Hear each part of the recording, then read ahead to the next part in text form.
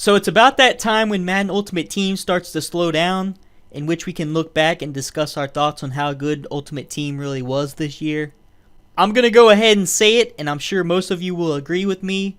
If the same people that took over Madden Ultimate Team this year carry on over to next year, Madden Ultimate Team is going to absolutely suck. And I'm not saying that just to be saying it, I have several reasons to back this up. Let's start off with the display. A couple things were a little aggravating to me this year, or maybe it was just me, but whoever made the username flash back and forth between my coins was an absolute genius. I can't tell you how many times throughout playing MUT where I needed to be reminded of my own name, but thankfully this year EA reminds me every few seconds of that. The point I'm trying to make is that all we need to see is the coins. I know having them flash back and forth is a fancy new feature, but anytime I needed to be reminded of my name, all I need to do is press the PS button, and bam, there you go. Madden 11 had it perfect. You were able to see your coins at all times and had your name displayed to the left. It never needed to be changed. Also, some of you may remember this, and I'm not sure if this was just a PS3 problem, but for the longest time, the scrolling text across the bottom used to only say, "Enter the $400,000 Madden NFL 12 Online Challenge. Sign up and play at easportsarena.com." And it constantly said that same thing for several months. You guys will notice it if you look back at some of my earlier updates. It wasn't until just recently that they fixed this. They just need to make sure they keep that up to date, as I've noticed they have used it to announce new cards and promos a couple times this year. And speaking of promos, that is my next topic. Of those of you that have played Ultimate Team this year from the beginning, can any of you honestly remember one great promo that we have had this year? The answer to that question is no. The only type of promos that we have had are the happy hours every now and then. I believe one time they boosted the rookie legend cards, which was dumb because most of them were already on the auction block. We had the Tim Tebow Easter egg deal, but honestly I don't consider that a promo. This one we had this past weekend wasn't too bad, but there is no reason as to why we need to wait until June to finally get a decent promo. I don't ever recall them having a double coin weekend this year or anything close to what they had last year. Just one of the promos off the top of my head that I can remember from last year was the Bronze Pack promo. For those of you that didn't play last year, basically they stuck a bunch of high gold cards in bronze packs. And I know it doesn't sound like a good promo, but last year any gold card over a 95 overall was considered rare. 99 gold Revis was not readily available on the auction block last year, unlike this year, which was really the way they should have kept it. One other thing I can say about promos is that I paid good money for Madden this year, with the Hall of Fame edition plus the jacked pack prices. So there is really no reason as to why I need to go to another site like Twitter just to find out promos for Ultimate Team. I can understand having the Twitter page to answer questions some may have in regards to the promo, but how hard can it honestly be to type out a simple message that pops up just as soon as you log on to Ultimate Team that explains what new content or promo is going on for the week or weekend? They did this all last year, no idea why they couldn't do that this year. They could even have a new tab under the community section called New Weekly Content or Promos, and anytime we wanted to see what's going on, we could find out easily. Moving on down the line to live tournaments, they sucked last year and they sucked this year. Nothing has really changed with these. The main problem is that not enough people play these throughout the year, and the only thing you're playing for is coins, and a lot of times those are not hard to come by, especially the amount in which you can win. All you would need to do is sell a few silver cards, and that would be more than what any of the tournaments pay out to win. My suggestion for the tournaments is to have a special or limited edition cards as the reward. This way it would encourage more people to play. For instance, I'll reference the Gold Club tournament. This tournament is 10 rounds, which is pretty long. Should you win this tournament, instead of the coins, you should receive someone like an Elite Tom Brady card. This way, it would encourage more people to play, especially if you lost at one of the higher rounds, because you may not have a great QB, and by winning this tournament, you would have something to show for it besides coins. If all you were playing for was coins, you may lose in the 5th round and then have no reason to want to keep playing. Changing this would keep everyone playing tournaments for most of the year, especially if they added new ones with new card rewards every so often. The next thing I want to talk about is the cards. We have had different numbered cards this year, but there really hasn't been that card this year that I would say that I had to have. Last year we had all the numbered golden tickets like Elite Megatron and Legendary Woodson, and most of those cards were so good and unique that everyone wanted them. This year we had all the numbered ghost cards and Thanksgiving cards, but the problem was they made so many of the unnumbered version of the cards that having one of the numbered cards was really not that big of a deal, considering the only stat difference was that each numbered card came with a boost, some of which we are still not even exactly sure what they do. I'd say the best cards they made this year were the 24-hour playoff cards, just because each of those were only available for that day, and not many of them were pooled, so it was almost like each of those were numbered even though they were not. The other decent ones were the Club 100 cards, and that is only because they decided not to make unnumbered versions. One other thing that I want to point out about the cards this year compared to last year, and again, maybe this is just me, but it seems as though this year with all these high 100 rated collection reward cards, some of them are not noticeably different on the field. Now to me, someone who has a 100 stat should be flawless in those categories. Just to give you an example, take a look at this collection reward Revis. He has 100 awareness, 100 catch, 100 jump, and 100 man in zone coverage. So any ball thrown into his general area should be a pick. However, in this game that is not always the case. I'll give you another example. I have boosted Barry Sanders with Club 100 Deshaun Jackson. His speed is now 100. So after I break that initial line into the open field, realistically no one should catch him.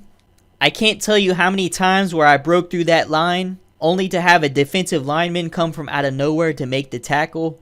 And I am left wondering how in the hell that is even possible, but in this game it happens. Last year these golden ticket cards were all noticeably different. One of the most underrated ones last year was rookie Reggie Bush. I remember playing with him last year, and this guy would flat out burn people on straight out streak routes. Moving on to card values, I don't believe I should have to pay the same amount of coins for a 99 gold Revis versus a 76 overall gold Matt Flynn. Madden 11 once again had this perfect, where based on their overall would determine their actual coin value. The higher the overall, the higher the value. They need to revert back to that. As far as the rarity of the cards, I believe Madden 11 also had this perfect. All cards from a 95 to 99 should be tough to pull. This year, within the first week, you are already seeing teams at a 95 overall, and that is mainly because none of the gold cards were rare. Collections this year at the beginning were horrible. Whoever thought of having each team collection to have an elite coach card as the reward was an idiot. We do not need 32 different coach cards in this game. Just having the gold ones and a few elite ones is fine. Again, referring back to Madden 11, after completing a team collection, you would receive a legendary player who once played for that team. However, completing each team collection was not always easy. As I said before, all 95 to 99 cards were rare, so if you managed to complete that team collection, the reward was usually worth it. I would also rather them go back to this. Most of the college collection rewards were not too bad. However, I was shocked when they made a Miami collection and the reward ended up being just coins with no player reward, which really defeats the purpose of even making the collection. For as many elite players that went to the U, like Ed Reed, Ray Lewis, Reggie Wayne, and Andre Johnson, just to name a few, that would have been the last collection I would have thought that they would have made just to receive coins as the reward. The position collection rewards I thought were a bit overboard. The problem is that they made those cards so good statistically that any other card for those positions did not really compare. Since everyone has the opportunity to complete them, and most people by now have most of them done, everyone now basically has the same team. With Madden 11, you had all the different numbered cards along with the Christmas inserts and team collection rewards, all of which not everyone had, so not everyone had the same team. Pack prices this year got a little carried away. Greed has definitely taken over this game mode. I guess this year they had to make up for all what they lost out on last year, considering you could buy the best pack with coins. I understand with having all the legends why they need to charge for packs. However, it has doubled compared to Madden 10 pack prices. I'm curious to know how much they made off of MUT versus the actual game sales. Even though I don't buy packs that often, I know I spent at least $60 or more on packs this year, and I know I'm not the only one. If they plan on keeping pack prices the way they are, especially for legendary packs, then they need to go back to the Madden 10 legendary packs, where each pack guarantees you to receive a legendary player. I know a couple legendary packs that I have bought and received nothing but gold cards, and that to me is a ripoff. Other than that, the other packs are fine at the coin amounts they are at. When you buy a gold premium pack, and even if you don't need any of the cards and choose to discard the whole pack, you will normally get more than half of your coins back from purchasing that pack, which in return allows you to open a lot of packs, so I have no complaints there. The card deals also sucked last year and this year. However, this year I have to give them a little credit. They did attempt to use it a couple times. The only times I remember were the Pro Bowl Brandon Marshall and cover vote cards. What they need to do to make this section more useful is to have limited edition cards every now and then. Just to give an example, let's use the Elite Patrick Willis card from last year, which was numbered to 500. All they need to do is put a card like this that is limit 1 per user with a 500 to 1 mil buyout, and once they're gone, they're gone.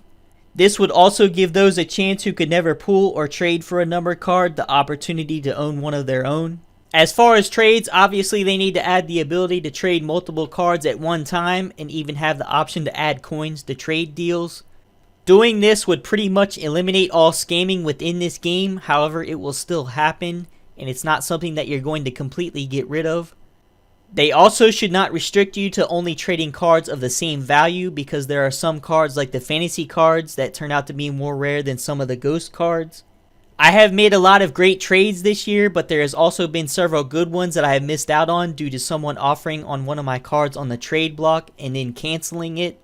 As long as you're not in a game, there should be some type of pop-up message that shows up, even if it's a small window, telling you that someone just offered you a trade for whatever card you had on the trade block.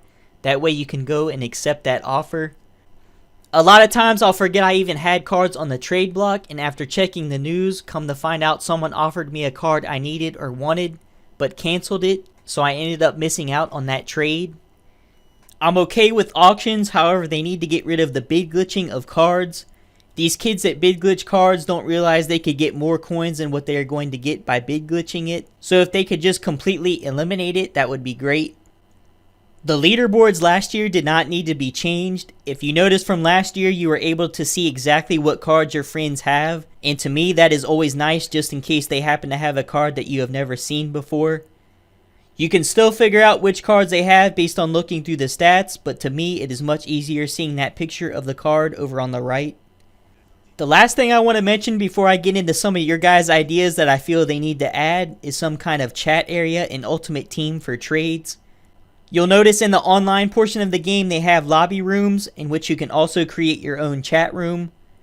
This is something that they really need to add in the Ultimate Team portion of the game, and would maybe eliminate a lot of the kids that search for games and have no intentions in playing and just want to sit and try to make trade offers with you. I've heard a lot of complaints about that this year. Having Ultimate Team lobbies would allow others a place to make those trade offers. A friend of mine had a really good idea to change Ultimate Team. He had the idea that you get players from packs that are no higher than a 70 overall, and then as you play games with those players, they would earn experience points based on their in-game performance that would gradually increase their overall. So the better players, for instance, an Elite Drew Brees card would cap out at a 99 overall, and the other not so great players would cap out in the 80s. This way, it would not come down to who spent the most money to get the best cards, but instead encourage those to play more games to, in the end, have the best team. I wouldn't mind seeing them go to something like this for next year. Some suggestions you guys had. YouTube user Graph All Night says, I'd like to see an Ultimate Team franchise mode, kind of like an online franchise with every team, but better odds on gold premiums for rares and even better odds for legendary packs. I've opened a lot of legendary packs and did not receive a legend or elite. Increase the auction block in trades and not allow bid glitches, plus add multiple trades. I would have to agree with all of that. If they had an Ultimate Team franchise mode, I would definitely start up my own.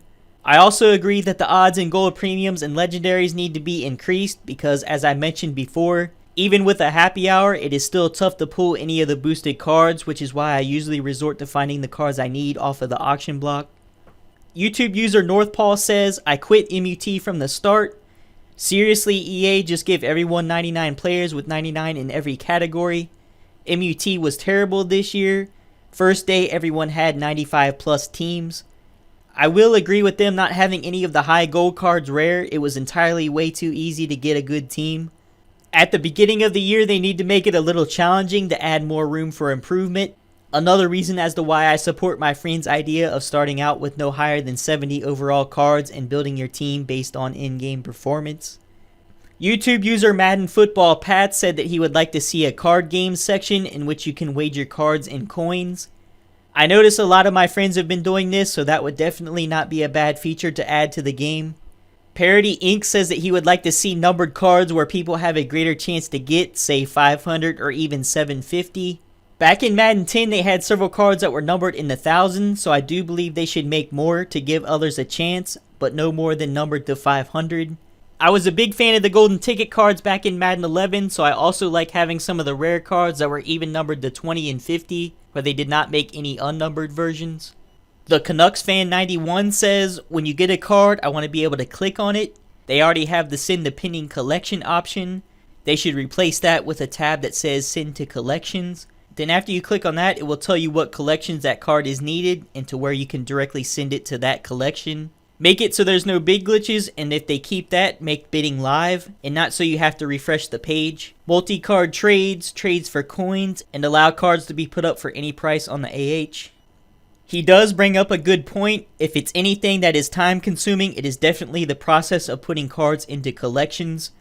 You have to first throw the card into the pending collection, scroll or tab through to find that collection, and then once you find the collection, you have to manually put each one into the collection. After you put that card into the collection, it then takes you back to the beginning of the collection, even though the next card you need to put in may be right next to it. This can take a long time, especially if you have 10 different cards sitting in your pending collections. And with collections like these position collections, some of which have over 100 cards, can eat up a lot of time. Also, there are times when I'll forget that I've already collected that card, so by having this method of the system letting you know what collections left he goes into would save so much time. As far as making the bidding live, I'm pretty sure I understand what he means by this. There will be times when a card is about to end on the auction block, and as you go to make a bid, you will get that error message saying that we were unable to place your bid, please try again. In which case you would have to research or go back into your My Bids again in order to bid. They make you do this on purpose because if they were to make bidding live, so many people would be trying to place a bid on that one card at the last minute, which I guess could result in some type of server crash. That's why if you notice once you do a search for a card, you have to wait 5 seconds before they will allow you to search again. I honestly don't think they will change this, but if they decide to leave it like it is next year, I've learned a trick from Madden 10 and 11 that may help you out in next year's game when trying to win cards. If there is a certain card on the auction block that ends in which you are trying to win, what you need to do is wait until that card gets to 1 minute left. What you'll want to do is set up a timer, and that time will vary based on your internet connection. For some reason, the auction block for me is on a 12 to 13 second delay, and this may be different for you, so you'll have to just test that out on your own to figure out an exact time. I'll set my timer to 47 seconds. I will then scroll back and forth on the screen until you notice that it displays less than a minute, in which I will quickly start the timer and then back out. As soon as that timer hits 0, hit search and place a bid as quick as you can. If done correctly, you should win that card. A nice way to find out if you placed a bid too early is after you place that bid, back out and search again. If that card is gone off the auction block, you will know you are pretty close on time. However, if that card is still sitting there, then you have placed your bid too early. It is definitely something you guys will have to play around with to see what time works best for you, as I have become a master at this. By doing this will not always guarantee that you will win the card, especially if it's a card where tons of people are bidding on it. But cards like the silver cards and cards not a whole lot of people are bidding on, you should not have a problem winning. The reason I never go into the My Bids section to do this is because if you notice, it will take longer for your My Bids to load versus doing an actual search for that specific card. And when doing this, every second counts. That's just one of my many tips I've learned throughout the years of playing MUT. I have many more, but I use those to my advantage, so hopefully you guys can figure out some of those on your own. That will do it for this video. Again, these are just some of my opinions on what they should do to make Madden Ultimate Team 13 10 times better. Not sure if I said this in the past or not, but they could really take Madden Ultimate Team to the next level. I always thought that EA could get with a card company to distribute these cards into real packs in which you could purchase at stores. All they would have to do is make 2 separate packs, one for PS3 and one for Xbox. Inside each pack could contain one limited edition card with a PSN or Xbox Live code that would entitle you to have that card in the game. If you really think about it, each year we are left with nothing to remember from playing that year. The only thing that I have to remember from playing Madden 10 Ultimate Team is the title that says established in Madden NFL 10. With having actual cards, at least when they shut the servers down, you would have that card as proof that you played that year. However, for me, I will always have these videos to remember. Again, just another one of my many ideas. This is Infamous. See you all in my next video. Peace.